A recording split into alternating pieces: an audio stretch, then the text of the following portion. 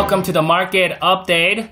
My name is K Kim with the Traders Club. Today is June 8, 2018, Friday. As I record this video, market should be open another 2 hours, so you should be seeing some flashing lights on your left.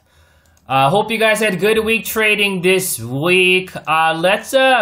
Today, let's continue with some of the lists that I talked about last week. So we're going to be looking at Spider, IWM, Qs, XRT XLE XHB IBB, Apple, Twitter, AMD, Intel, and Snap. I have added a Snap today.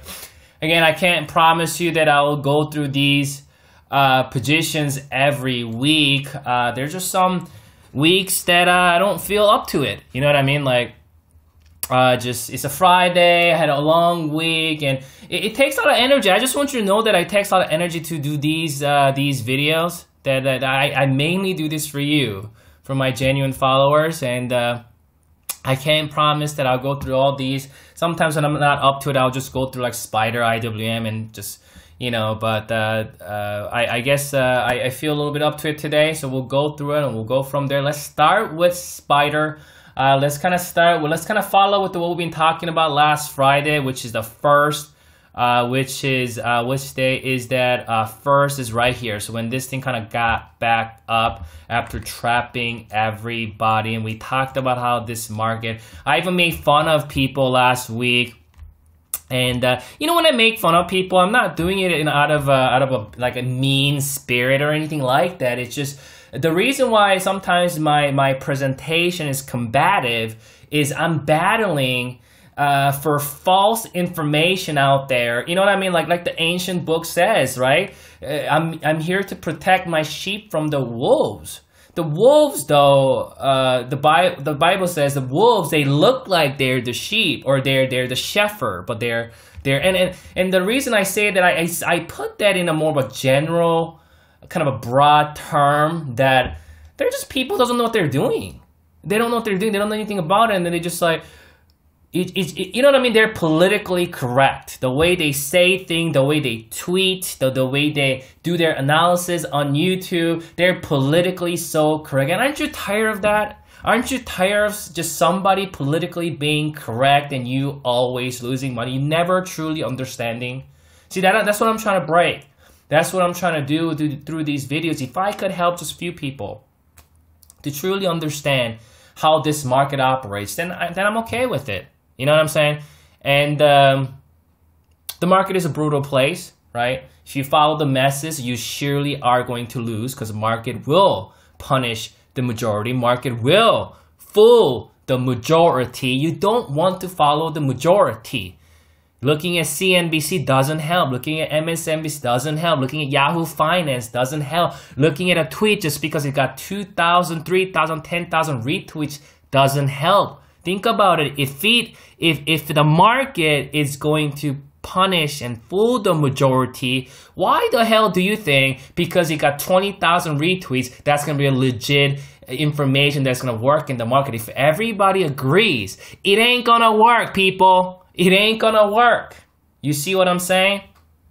You gotta start thinking that way. Just because we got downgrades and upgrades from a prominent publication or prominent media source doesn't mean that it is gonna be true. I mean, yes, maybe it's gonna impact the stock for a day or two, but if you look at things more of a longer term, it doesn't impact the stock. Stock usually goes back to where it's supposed to go. Looking at Spider here, and this is something that I've been talking about, right? This is something that I've been harping on. This is something that if you've been following me on Twitter and my blog at twotradersclub.com, what I've been writing, what I've been talking is that market is now getting into a stabilizing phase. When you see market stabilizing, what you see is market starting to be tamed, more docile. You're not seeing some shenanigans like this, right? We're seeing how the market is kind of had these tiny, remember we talked about that several weeks ago? These tiny moves,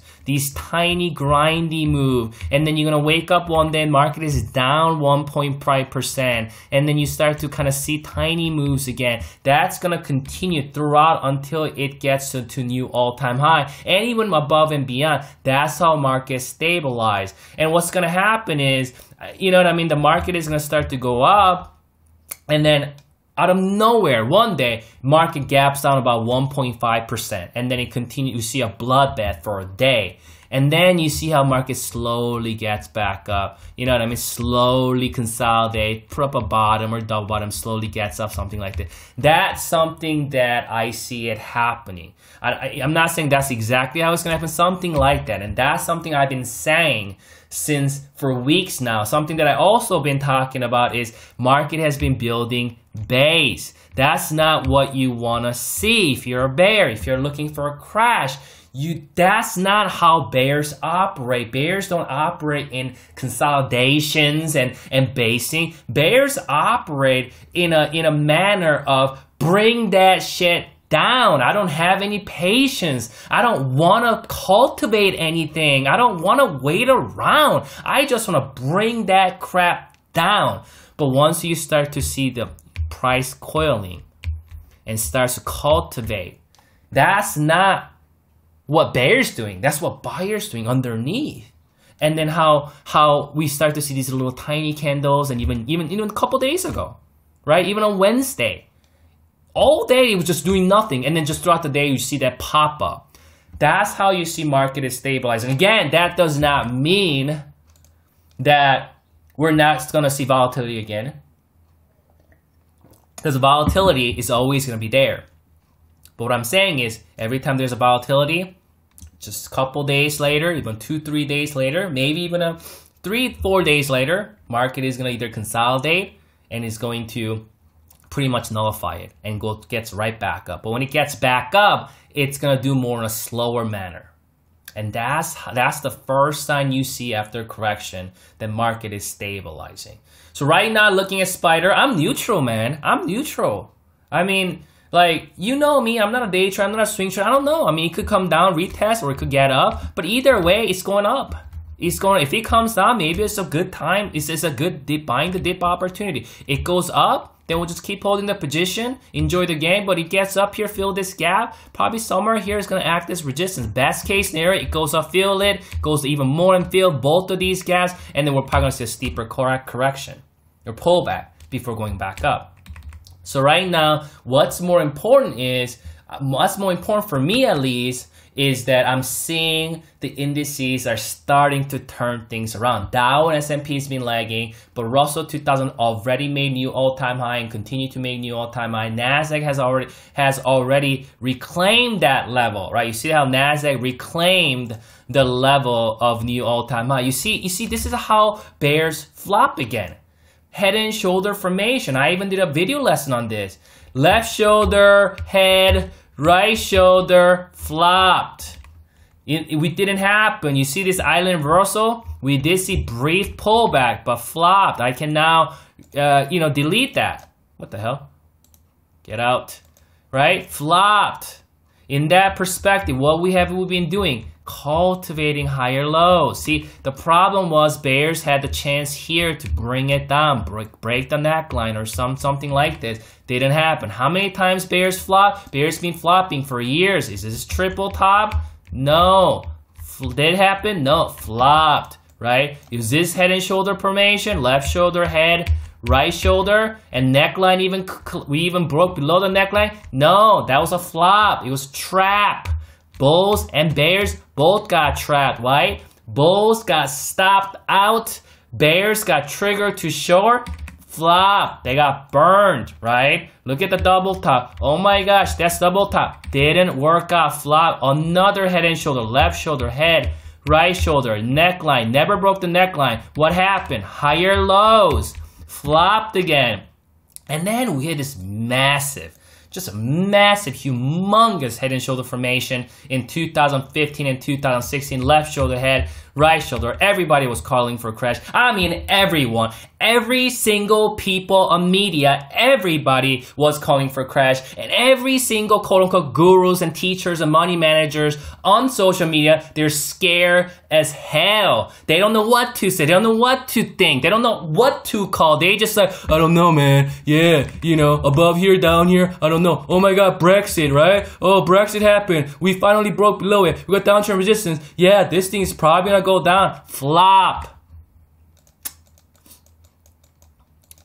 Well, okay, what did you say back in 2015 and 2016? Weren't you scared? No, I wasn't. I was buying.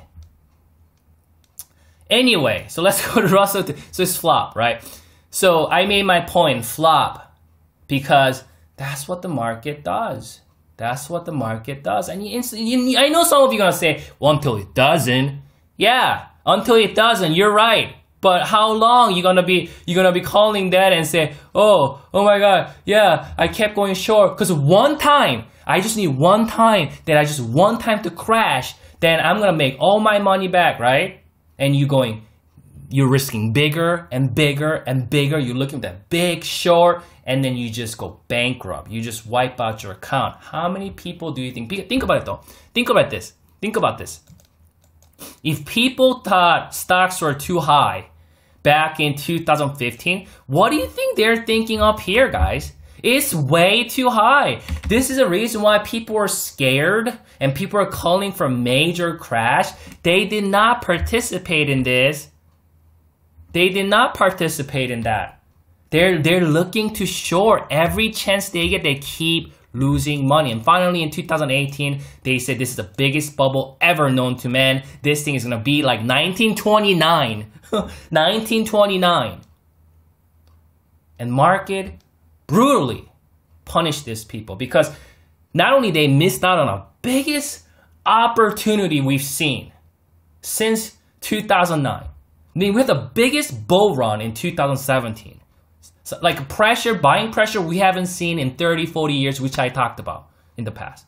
They missed out on it. Not only that, they lost money for shorting, calling for a crash. Crash ain't gonna happen. Crash is not going to happen this year. This year, no. Crash is probably not gonna happen. I don't know, man. I don't know. Next year we gotta relook at the crash. Probably never gonna happen. I'm talking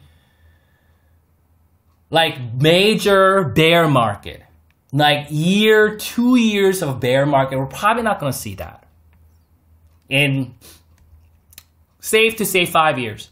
Something like 1987 Black Monday, like quick decline in over a month or so. We may see something like that in, I don't know. I don't want to like say that and make it get you guys all scared, but late next year, maybe year after that. See, don't call me on this because I don't know. I gotta see some evidence first. But that may be coming. But until then, market is bullish. Market ain't crashing. Does not mean that it's just, you know what I mean, just blindly buy everything. You gotta be smart about it. You still have to manage risk. You see. Russell 2000 champion, right? A leader has been born, right? I've been talking about this. I've been writing about this. So funny now, everybody's talking about Russell 2000. Russell 2000 is going to be a leader. Russell, it's too late. It's too late. Of course, everybody knows now Russell 2000 is a leader. That's what these people do. They always come late. They start talking about Twitter now. They start talking about Intel now. They start talking about all these things now. Like they start talking about Russell 2000 now. Too late. Too late. Everybody already knows that. Everybody knows that Russell 2000 is leading. You gotta call it before it happens. Because as a trader, you wanna start getting in and before the public gets in. You see? I mean, that's exactly what I did on the Russell 2000. I started buying these dips right here. I did recently close out like maybe, you know, like I obviously I have shares on small cap stocks also. But on the IWM itself, I was accumulating calls. You know, just recently, a few days ago, or Wednesday, I closed out about 1/5 of that. I'm still holding quite a bit that I bought these dips here. And I came to a conclusion that the market in the Russell 2000 was going to lead the entire market, which is very, very similar. It's going to be very, very similar to 2003 and 2004. This is the era right here. This is the right there, right? that was it. This is, I still remember because I was trading back then, 2013, 2014. This was when Russell 2000 was leading every day, every time. Russell 2000 was leading and leading and leading and leading. But it wasn't like the best trading environment unless you're position trading, of course, because man, these are such a great buying opportunity right there. But it was leading, and I think something like that is going to happen. Something like that is going to happen where Russell 2000 is going to lead and lead and lead. Probably, you know, rest of this year, possibly sometime next year. Let's go to XRT here. XRT. So XRT doing well here. We gotten above it. We're at this level. We actually gapped that up, and looks like we're seeing some good cultivation. Look at this.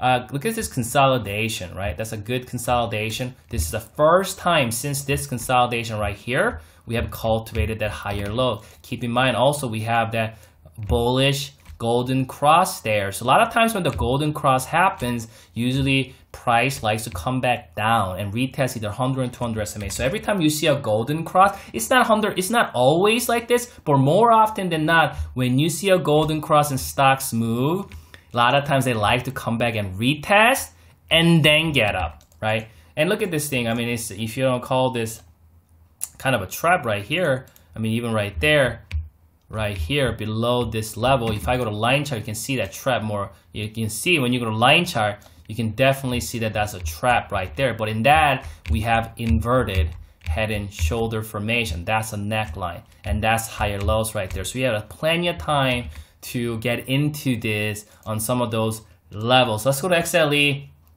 XLE pulling back a little bit, but holding support at that 50 there. We got slightly above it, made new highs, but we flopped back inside. You know, at this point, it's kind of tough to call it. I mean, can this potentially be a double top? It's tough to say. It's tough to say. We may see consolidation. We may see a little flop, you know, trap everybody out before going higher. Or we just go straight up from this becoming another higher low. It's tough call there, but when I look at my weekly chart, when I look at my long-term chart, obviously I do believe that XLE is on its way to make new all-time high and beyond. And that might not new all-time high may not happen this year, but for sure I think next year. So we'll see. But that's a good consolidation. That's a good base that is built. We already have that higher lows there, so once that breaks out and then start to cultivate uptrend, I think that's starting to look really good. Let's go to XHB. XHB, I mentioned it last week. That was the first there, so that was when is it? Right here.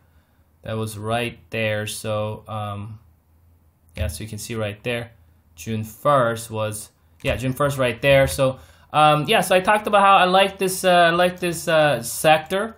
I like a home builder sector. I own stocks on this sector. I like KBH, I like TOL, I like BZ. Is it BZA or BZH? Those are the ones that I own. Also XHB calls that I bought here on that 50% retracement. So you can see we're seeing some of the moving average getting back up here. That's a good sign.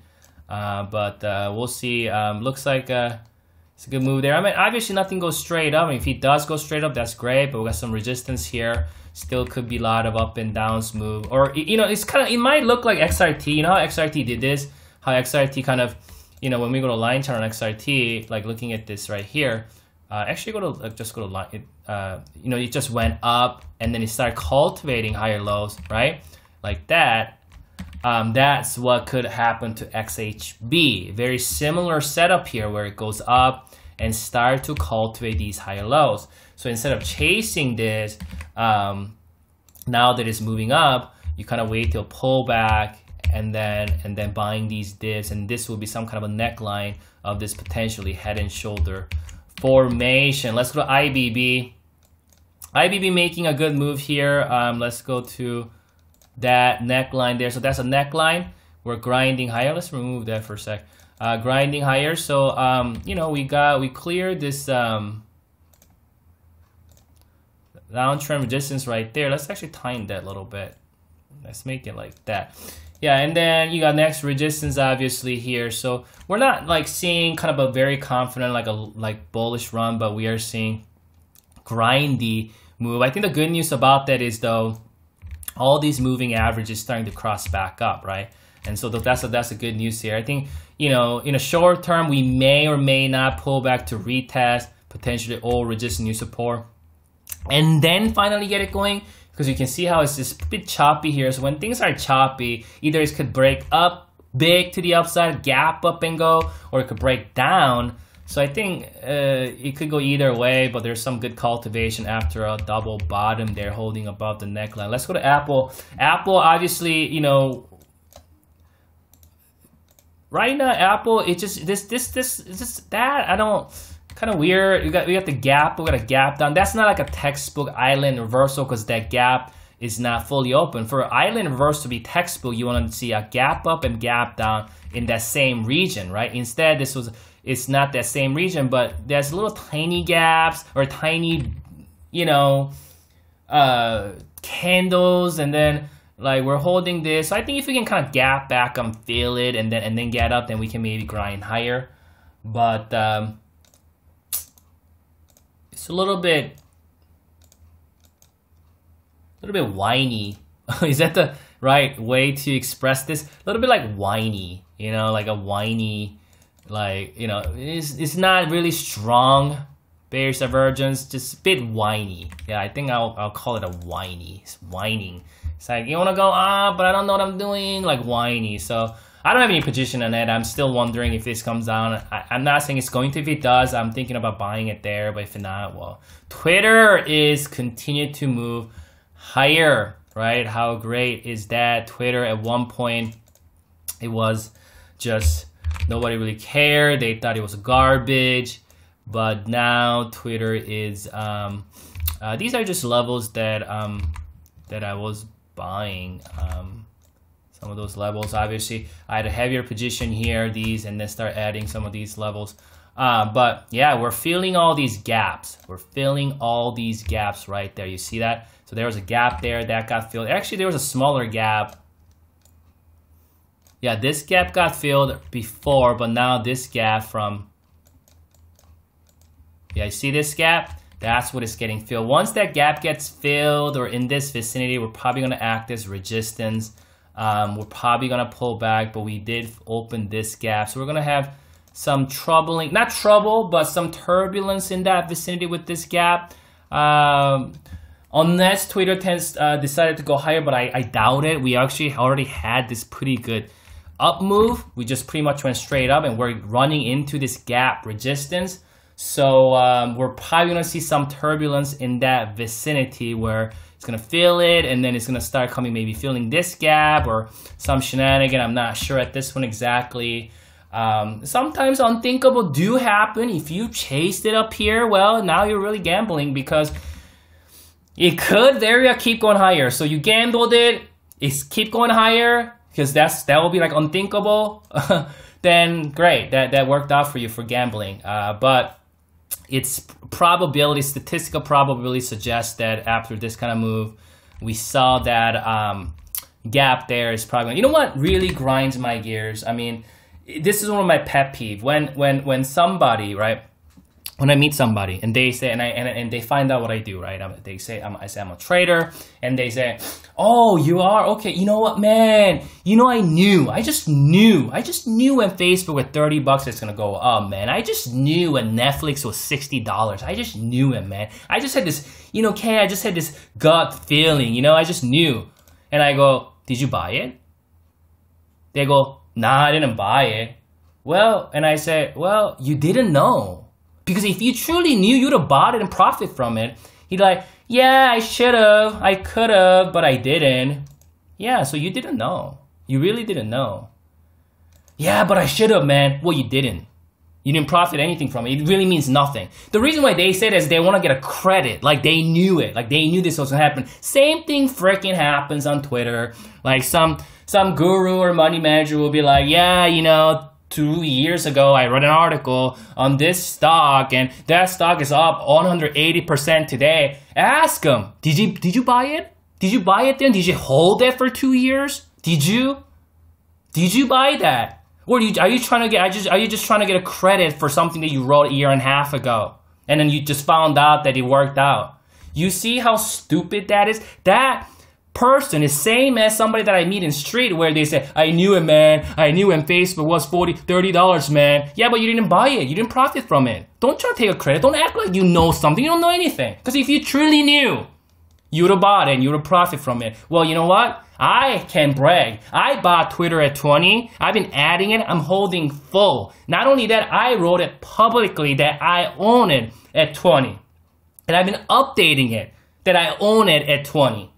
You see, I'm not going to just write a stupid article and say, I wrote article on Twitter that it may go higher. And then it went up, so it's all up 100% now. It's at 41. Yep, I called it. Yeah, and then you write like 10 of them, and if 9 of them don't work out, you don't ever mention it. You see what I'm saying? And people go for this shit. They go for this, and they get like, that is what grinds my gears. And they call themselves, you know what I'm saying? Call that. If you're so sure, call it. Call it that you bought it. Call it that you're gonna go long on it, because the hardest thing is not preaching something, it's not telling you something, or it's not that you're maybe doing something, or maybe it's gonna happen. Hardest thing is actually doing it. Hardest thing in life, anything, is actually doing it. Everybody knows what they should be eating, not eating. They should be exercising, but they don't do it. Right? Look at all these preachers, man. They tell their congregation that gay sex is bad, homosexuality is bad. You gotta honor God with your wealth. And then these guys are one has scandals. They scandals. They're hiring prostitutes and using God's money, their congregation money, for their own good, right? But they're the one who preaching, like, oh, do this, do that. But they can't even do shit. You see what I'm saying? We have, and people buy into it, and they got thousands and tens of thousands of gullible people in their congregation. You know what I mean? Like listening to this bozo call himself a pastor, who conning them. I'm not saying all pastors are bad. My background is a Christian. But you know what I mean? And same with on Twitter and stock Twitter and in media. These so-called, so-called money managers and experts and gurus, you don't know shit. All these people, when I look at them, like, they don't know crap. They just so good at acting. They don't know nothing. Nothing. AMD here. So here are some of the levels here. These are 2 level, 14, 13. Worst case scenario. Let me do this. Worst case scenario right there. 1250. That's the worst case scenario. So let's make that red. If some shenanigan happens, then that would be the worst case scenario. But currently holding 1437, that's a good sign. We have a bullish and piercing candle. But I do think that it's going to go high. You know what my ultimate target is on AMD? 30. And I'm not saying that we're going to get there this year, but 30. And then ultimately even 40 and 50s. Again, I'm not saying it's going to get there today, but, it could get there in a year or 2 years. I'm not sure at this point. We'll take it day by week. I'm holding full positions at AMD. But yeah, so I think it's going to go higher if we can hold this. We got 1437, 1369. Those are level to hold. Intel still coiling. So you can see I'm holding full position. I've been writing about Intel since 35. My Intel article is part 7 now, right? I put my money where my mouth is. I'm not going to just write a bunch of articles and say, I told you so, I called you so. Ask those people, did you go long? Where did you go long? Where did you actually, are you still holding full? Well, you, as my genuine followers, know exactly where I entered and if I'm holding full or not, because I'll disclose that information. Obviously, I'm not going to disclose every single of my positions I'm holding, because there are many. But when I do disclose, I do journal posts. Right now, you know exactly where I'm holding Qs and Diamond. Right? And you also know that I have Twitter and Intel. Those are the journals and articles that I decided to write. And when I first wrote them, you know what I mean? Like, I don't know. Nobody knows exactly where it's going to go, but it's been playing out well. Because again, the hardest thing is, man, actually doing it. It's easy to preach, easy to tell people what to do, what they should be doing. But you know what? There's so many on Twitter every fucking day. Somebody somewhere, do this, do that, the mindset of a trader, yeah? Well, show me how you trade. Show me your entries and exits. Show us. Show us how it's done. Well, they can't, so they don't know how it's done. Intel, I'm not surprised. Either this thing break down, break lower. If they break down or break higher. If they break higher, great. If they break lower, I'll buy more. Go to Snap and I'll call it a day. Last time when Snake came down, you guys remember some of these examples that I gave you guys. This is Twitter back in 2014. This is a low. We saw the ER gap down below that low. 5 months later, got back up. Same thing happened here. This is Twitter back in 2017, and this was a low. Got a big gap down on ER, broke below it, trapped everybody out. 4 months later, got back up. So we're here on Snap. Again, I'm not saying it's going to happen exactly the same way, but potentially that's what's going on. We got this gap. I think that gap isn't getting filled. We have that resistance right there. That's what acting as resistance. I actually first went here. I'll let you guys know too. And you guys been following me, you know exactly. I first went long at the bottom here, I think right here at like 1278, and then I bought it, added more there, right? So that's how I am positioning. I'm holding full as of now, but I think for this to see, I disclose my positions, man. Everything I do, I always disclose my position. So it really needs to gap back above 1574. Obviously, if this thing really wanna thrive, it needs to gap back about 1838. So there you have it, 30 minutes. I don't know, next week I may not go through all these positions, just to let you guys know. It takes a lot out of me, plus I have to do member videos before this too. So well, that's everything there. Let's see how that plays on next week. We'll follow up and we'll go from there. You guys have a wonderful weekend and good luck trading next week.